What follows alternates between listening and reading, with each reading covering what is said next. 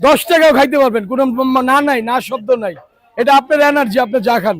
যার টাকা নেই তার জন্য ফ্রি। আমি এই ব্যবসা করে কিছুই করি নাই, শুধু জনগণকে খাওয়াইছি।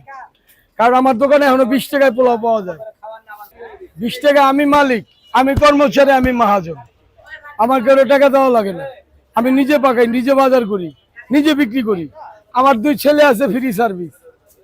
তবে আমাকে মামুন সাহেব আছে, প্রতিদিন 250 টাকা দেওয়ার লাগে। আসো, এই যে মামুন সাহেবকে দেখেন, প্রতিটা ভিডিওতে মামুন সাহেব আছে। এই যে আমার কারিগর, এটা 30 টাকা।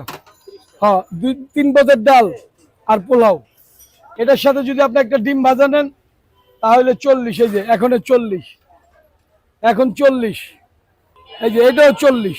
এই ডিম ছাড়া 30, আর ডিম সাথে নিলে 40। আবার এই যে চিকেন দিয়া 50, 50। হ্যাঁ, চিকেন আলাগুলো 50। খিচুড়ি পোলাও একই দাম।